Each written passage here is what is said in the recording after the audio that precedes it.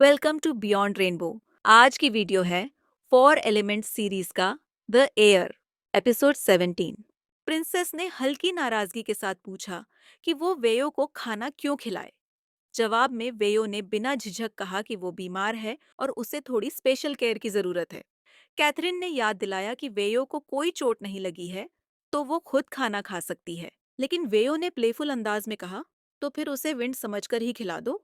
खुद वेयो को भी हैरानी थी कि उस सुबह उसमें इतनी हिम्मत कहाँ से आई कि वो प्रिंसेस कैथरीन से इतनी स्पेशल अटेंशन की डिमांड कर रही थी।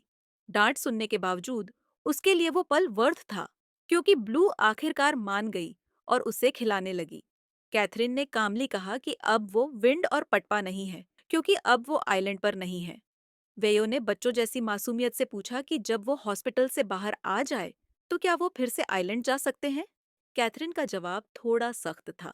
उसने कहा, ऐसे मजाक न करे, क्योंकि अब वो आइलैंड सेफ नहीं है। वेयो ने धीमे से अपनी इच्छा जाहिर की कि उसका मन बस फिर से विंड और पटपा बनने का कर रहा था।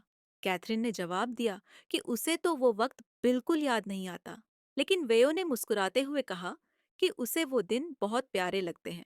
कैथरीन को लगा कि वेयो बार बार उस टॉपिक को छेड़ने की कोशिश कर रही है जिसे वो टालना चाहती थी, इसलिए उसने पूरा ध्यान वेयो को खाना खिलाने पर लगा दिया। जबकि वेयो मामूली चोटों के बावजूद बिहेव ऐसे कर रही थी जैसे उसे कोई सीरियस इंजरी हो।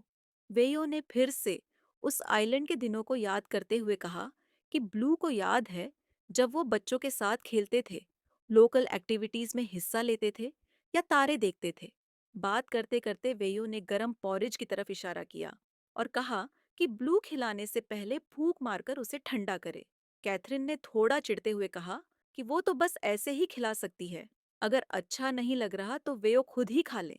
ब्लू की बेसब्री साफ थी जब उसने पॉरेज सीधे वेयो के मुंह में डाल दिया, लेकिन वेयो ने बिना शिकायत उसे ऐसे निगल लिया जैसे कोई बच्चा अगला कौर पाने का इंतजार कर रहा हो। ये देखकर कैथरीन ने अगली बार फूंक मारकर खाना ठंडा किया और फिर उसे खिलाया। वेयो ने मुस्कुराकर डिलीशियस कहा और अगला कौर लेने को तैयार हो गई। लेकिन खाना अभी आधा भी नहीं हुआ था कि कुछ अनएक्सपेक्टेड विजिटर्स पहुंच गए। वेयो की पूरी फैमिली उससे मिलने आ गई थी। फाई को तुरंत समझ आ गया कि उनकी एंट्री ने प्रिंसेस और वेयो का खास पल डिस्टर्ब कर दिया है। जैसे ही कैथरीन ने उन्हें देखा, उसने कहा कि क्या कोई वेयो को खाना खिला सकता है, क्योंकि उसे रोज और लाडा से कुछ बात करनी है। फाई ने तुरंत हामी भरी और वेयो की तरफ मुड़ते हुए प्लेफुल अंदाज में कहा कि अच्छे से खाए, ताकतवर बने। वेयो ने चिढ़ते हुए जवाब दिया कि वो खुद खा सकती है और फाई को दूर रहने को कहा। वेयो ने उसे घूर कर देखा, क्योंकि उसे साफ पता था कि फाई बस उसे छेड़ने आई है। और तब उसकी नजर उस तरफ गई जहां कैथरीन उठकर अपने दोस्तों से बात करने चली गई थी। वेयो ने सोचा, काश ये विजिटर्स थोड़ी देर बाद आते तो वो दोनों ये मोमेंट कुछ और पल के लिए एंजॉय कर सकते थे। कैथरीन ने लिविंग रूम में बैठे अपने नए दोस्तों रोज और लाडा की तरफ देखा, जबकि दूसरी तरफ बाकी फैमिली अब वेयो का ध्यान रख रही थी। ये एक परफेक्ट मोमेंट था कुछ दिल की बातें कहने का या सलाह लेने का, लेकिन कैथरीन के शब्द जैसे जुबान तक आकर अटक गए थे। खामोशी कुछ ज्यादा ही लंबी खिंच गई और आखिरकार रोज ने खुद ही चुप्पी तोड़ी। उसने सॉफ्टली पूछा कि क्या ब्लू कुछ ऐसा है जो वो लाडा और उससे डिस्कस करना चाहती है। कैथरीन ने थोड़ी हिचकिचाहट के साथ पूछा कि उनके नजर में लव का क्या मतलब होता है। रोज ने पहले लाडा की तरफ देखा, जैसे मानो चेक कर रही हो कि वो कुछ समझ रही है या नहीं, लेकिन क्योंकि वो दोनों में बड़ी थी तो उसने पहले बोलना शुरू किया। उसके लिए लव का मतलब था कोई ऐसा जो तुम्हें कंप्लीट करे, तुम्हारा ध्यान रखे, तुम्हारे लिए प्रोटेक्टिवनेस फील करे और तुम भी वही सब उसके लिए चाहो। उसने कहा कि रोजमर्रा की छोटी चीजों में जो खुशी मिलती है वही असली प्यार होता है। अगर वो डिन के लिए जो महसूस करती है वो सब बताने लगे तो शायद दिन भर बोलती रह जाए। आसान शब्दों में, लव एक ऐसा एहसास है जो किसी ऐसे इंसान से जुड़ा होता है जिसे तुम रोज देखना चाहो और जिसके साथ रहना चाहो। लाडा ने उसकी बात को आगे बढ़ाते हुए कहा कि उसके लिए भी लव कुछ वैसा ही है, लेकिन वो इतना जरूर जोड़ना चाहती थी कि एक अच्छा लव और अच्छा पार्टनर आपको खुद से और ज्यादा प्यार करना सिखाता है। कोई ऐसा जो आपकी जिंदगी में आकर उसे और बेहतर बना दे। उसने माना कि भले ही वो पहले से स्ट्रांग थी, लेकिन जब वो पीनाम से मिली, तब उसे समझ आया कि उसे हर वक्त दुनिया की सबसे स्ट्रांग इंसान बनने की जरूरत नहीं है। कभी कभी जब वो कमजोर महसूस करती है, रोना चाहती है या बस दिल की बात करना चाहती है, तो वो जानती है कि नाम उसके साथ है, उसे समझने और संभालने के लिए। रोज ने बात खत्म करते हुए कहा कि शायद उन्होंने कुछ ज्यादा कह दिया, लेकिन कैथरीन ने हल्के से मुस्कुराकर कहा कि कोई बात नहीं, उसे लव की ऐसी स्टोरीज सुनना अच्छा लगता है। इस बार लाडा ने थोड़ी कंफ्यूजन से रोज की तरफ देखा।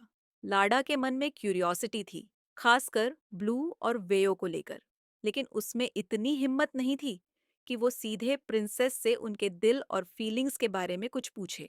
सीन चेंज होता है। वेयो ने कहा कि अब वे ऑलमोस्ट पहुंचने ही वाले हैं। प्रिंसेस ने पूछा, क्या ये वही हाउस है जो फॉरेस्ट के बीचों बीच है? वेयो ने सिर हिलाकर समझाया कि हाँ, लेकिन उन्हें अब भी लगभग 1 किलोमीटर पैदल चलना होगा, क्योंकि कार वहां तक नहीं जा सकती जहां हाउस है। उनकी जर्नी अब आखिरी पड़ाव पर थी। दोनों ने अपने बैकपैक्स उठाए और आगे बढ़ी, जबकि कुछ जरूरी सामान पहले से ही किसी डेजिग्नेटेड इंसान द्वारा हाउस में रेडी करवा दिया गया था। चलते हुए वेयो ने ब्लू से पूछा कि क्या वो चल पाएगी। प्रिंसेस ने कॉन्फिडेंटली जवाब दिया कि जब वो उसके साथ है तो वो कभी कमजोर नहीं हो सकती। वेयो ने उसे चेतावनी दी कि जमीन अनइवन है, इसलिए ध्यान से चलना होगा। फिर थोड़ी हिचकिचाहट के बाद उसने पूछा, क्या वो उसका हाथ पकड़ सकती है? प्रिंसेस ने जवाब नहीं दिया, बस वेयो को घूर कर देखा। वेयो ने फौरन सफाई दी कि कम से कम उसकी सेफ्टी के लिए, एक बॉडीगार्ड होने के नाते, वो ये करना चाहती है। कैथरीन कुछ पल रुकी, फिर आखिरकार उसने अपना नाजुक हाथ उसके हाथ में रख दिया, वेयो की मदद को एक्सेप्ट करते हुए, क्योंकि वो जानती थी कि इस अनजाने फॉरेस्ट में वेयो की सर्वाइवल इंस्टिंक्ट्स उसे कहीं ज्यादा तेज थी। हाथ थामे हुए जो रास्ता पहले मुश्किल लग रहा था, अब सरप्राइजिंगली आसान लगने लगा। चलते चलते प्रिंसेस ने कहा कि ये रास्ता जितना उसने सोचा था, उससे ज्यादा लंबा और कॉम्प्लिकेटेड है। वेयो ने समझाया कि ये सब उसकी सेफ्टी के लिए है। अगर रास्ता आसान होता तो खतरा भी ज्यादा होता। कैथरीन ने हल्की सी शिकायत की कि यहाँ तो सिर्फ क्रिमिनल्स ही नहीं, वो खुद भी फॉरेस्ट में खो सकती है। इस पर वेयो ने डायरेक्टली कहा कि जब वो उसके साथ है तो उसे डरने की कोई जरूरत नहीं। कैथरीन ने वेयो की तरफ देखा। उसके शब्दों और मौजूदगी ने उसे एक अजीब सा सुकून दिया। इन दिनों कैथरीन कुछ नई फीलिंग्स महसूस कर रही थी। लव को लेकर रोज और लाडा से हुई कॉन्वर्सेशंस अब धीरे धीरे उसके दिमाग में गूंजने लगी थी। तभी वेयो ने कहा कि ब्लू का शूलेस खुला है, अगर वो गिर गई तो प्रॉब्लम हो जाएगी। और फिर वो खुद प्रिंसेस के शूलेस बांधने के लिए झुक गई। प्रिंसेस ने मना करते हुए कहा, डोंट वरी, वो खुद कर लेगी। लेकिन वेयो ने रिक्वेस्ट की कि वो उसे ये करने दे। फिर उसने अपना लगेज नीचे रखा और घुटनों पर बैठकर बड़े ध्यान से प्रिंसेस के स्नीकर्स के लेसेस बांधे, सुनिश्चित करते हुए कि वो वॉक के लिए सिक्योर हों। इस सिंपल सी केयर से कैथरीन की दिल की धड़कन तेज होने लगी। उसने सोचा, क्या किसी की केयर से ऐसा महसूस होना इस बात का संकेत है कि मैं किसी अनजानी फीलिंग के करीब हूँ? क्या वेयो के साथ बिताया गया वक्त और उसके साथ हमेशा रहना चाहने की इच्छा बस लाइकिंग है, या उससे कहीं ज्यादा? उसे आज भी बुआ की वो बातें याद थीं, लेकिन उसमें अब भी इतनी हिम्मत नहीं थी कि वो वेयो से सीधे कुछ पूछ सके। और जब उसे लगा था कि शायद वेयो बच ही ना पाए, तो वो सवाल पूछने का मौका भी ऑलमोस्ट खो ही चुकी थी। उसे याद था कि उसने कैसे दुआ की थी कि वेयो वापस आ जाए। उन पलों में वो ये तक भूल चुकी थी कि वो एक क्राउन प्रिंसेस है, सिर्फ इस डर से कि शायद वो किसी अपने को हमेशा के लिए खो दे। क्या ये सब इस बात की तरफ इशारा है कि वेयो अब उसकी जिंदगी का एक इम्पॉर्टेंट हिस्सा बन चुकी है? कुछ देर की चुप्पी के बाद कैथरीन ने हिम्मत की और कहा कि उसे वेयो से एक सवाल पूछना है, और वो ये प्रॉमिस करे कि वो झूठ नहीं बोलेगी। वेयो ने वादा किया कि वो झूठ नहीं बोलेगी, लेकिन ये भी पूछा कि क्या सवाल अभी पूछना जरूरी है? क्यों ना पहले उस हाउस तक पहुंच जाए। कैथरीन ने उसे वहीं रोककर बताया कि बुआ ने उससे कहा था कि जिससे वेयो पसंद करती है वो ब्लू है, लेकिन जब तक वो ये बात वेयो से डायरेक्टली न सुने, वो यकीन नहीं कर सकती। वेयो जो अभी तक बड़ी मजबूती से चल रही थी, उस सवाल से कांप गई। उसके हाथ से बैकपैक्स गिर पड़े, जैसे उसका दिल और दिमाग एक साथ सुन्न हो गए हों। इस बार कैथरीन ने सीधा सवाल किया, वेयो, तुम मेरे लिए क्या महसूस करती हो? वेयो झिझकने लगी। उसकी आवाज थम सी गई थी, मानो उसे पता न हो कि क्या जवाब दे। कैथरीन ने उसकी परेशानी देखकर नरमी से कहा कि अगर सवाल उसे अनकंफर्टेबल कर रहा है तो वो उसे सीरियसली न ले। लेकिन वेयो ने जल्दी से कहा कि बात ऐसी नहीं है। कैथरीन ने बात का रुख मोड़ते हुए कहा कि चलो आगे बढ़ते हैं, हाउस काफी करीब है और उसे थोड़ी देर रेस्ट करना है। वेयो की झिझक देखकर उसने फैसला किया कि वो और सवाल नहीं करेगी, क्योंकि उसे वेयो से कोई जवाब की उम्मीद नहीं थी। वो आगे बढ़ने लगी थी कि अचानक वेयो ने उसका हाथ पकड़ लिया और कहा, प्लीज पहले मेरी बात सुन लो। कैथरीन ने उसके चेहरे की तरफ देखा, जो अब भी उसकी उलझन को दिखा रहा था। वेयो ने कांपती आवाज में कहा कि हमेशा बात सिर्फ पसंद करने तक सीमित नहीं रहती। कैथरीन ने इंटरेस्ट के साथ पूछा, क्या मतलब? वेयो ने धीरे से कहा कि यह बात इतनी जल्दी कहना शायद सही नहीं होगा, लेकिन जो भी वक्त उन्होंने साथ बिताया है, उसके बाद वो अपने फीलिंग्स को लेकर पूरी तरह श्योर है। कैथरीन ने उसकी आंखों में देखते हुए फिर वही सवाल दोहराया, वेयो तुम मेरे लिए क्या महसूस करती हो? वेयो ने बिना नजरें झुकाए उसकी आंखों में देखा, उसका हाथ थामे हुए, जो अब पसीने और नर्वसनेस से भीगा हुआ था। वेयो ने कहा, आई एम सॉरी अगर मैं हद से आगे बढ़ गई। आई एम सॉरी कि मैं अपनी जगह भूल गई। और आई एम सॉरी कि मैं तुमसे कमतर होकर भी अब अपने दिल की बात छुपा नहीं पा रही। मैं कई बार खुद को हमारे बीच का फर्क याद दिला चुकी हूँ, लेकिन फिर भी अपने फीलिंग्स को कंट्रोल नहीं कर सकी। कैथरीन चुप रही, उसका चेहरा एकदम इमोशनलेस था। और तभी वेयो ने वो कह ही दिया जो अब तक उसके दिल में छुपा था, मैं तुमसे प्यार करती हूँ। उसने वो मौका लिया जो कैथरीन ने उसे दिया था, लेकिन उसे नहीं पता था कि प्रिंसेस का रिएक्शन क्या होगा। सबसे बुरा वो ये सोच रही थी कि कैथरीन शायद उसे इतनी नफरत करने लगे कि उसका चेहरा भी दोबारा न देखना चाहे। लेकिन अगर कहीं थोड़ी सी भी उम्मीद थी, तो वो यही थी कि कैथरीन अब भी उसकी बात सुन रही थी, बिना उसका हाथ छोड़े या वहां से हटे। और बस यही वेयो को थोड़ी सी उम्मीद दे रहा था। वो सिर्फ चाहती थी कि ब्लू उसके दिल की सच्चाई जान ले, प्यार न सही पर कम से कम उसे नफरत न करे। कैथरीन ने धीमे स्वर में पूछा, तो वेयो तुम्हारे प्यारों की लिस्ट में मैं कहाँ आती हूँ? वेयो थोड़ी कंफ्यूज हो गई और पूछा, इस सवाल का क्या मतलब? कैथरीन ने कामली कहा, वेयो ने खुद कहा था कि उसे प्यार अक्सर थोड़े वक्त के लिए होता है।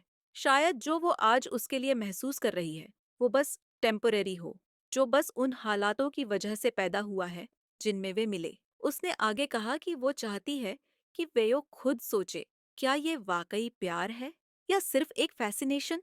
वेयो ने जवाब दिया कि वो पहले ही कई पल भर की मोहब्बतें देख चुकी है, इसलिए अब वो पूरी यकीन के साथ कह सकती है कि ब्लू ही उसका प्यार है। कैथरीन ने धीरे से कहा कि उसे फर्क नहीं पड़ता कि वेयो क्या महसूस करती है, लेकिन वो उसे माफ कर दे, क्योंकि वो उसकी फीलिंग्स रेसिप्रोकेट नहीं कर सकती। उसकी आवाज में एक हल्का सा कंफ्यूजन था, जैसे वो खुद भी समझ नहीं पा रही हो कि वो क्या महसूस कर रही है। वेयो का कन्फेशन जितना इंटेंस था, उतना ही अनएक्सपेक्टेड भी। उसने वेयो से बस ये जानना चाहा था कि क्या वो उसे पसंद करती है, लेकिन जवाब में वेयो ने उससे अपने प्यार का इजहार कर दिया। कैथरीन अब भी नहीं समझ पा रही थी कि क्या वो उस फीलिंग को पूरी तरह महसूस करती भी है या नहीं। वो न उसे रिजेक्ट कर सकी, न उस अफेक्शन को अपनाने की हिम्मत जुटा सकी।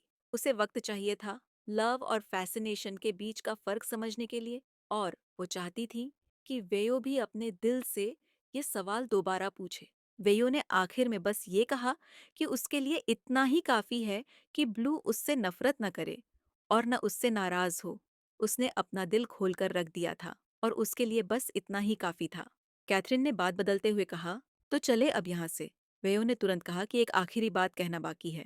कैथरीन ने पूछा, क्या? और तब वेयो ने दृढ़ता से कहा, मेरे लिए तुम मेरी लाइफ का आखिरी प्यार होगी, चाहे तुम मुझसे प्यार करो या ना करो।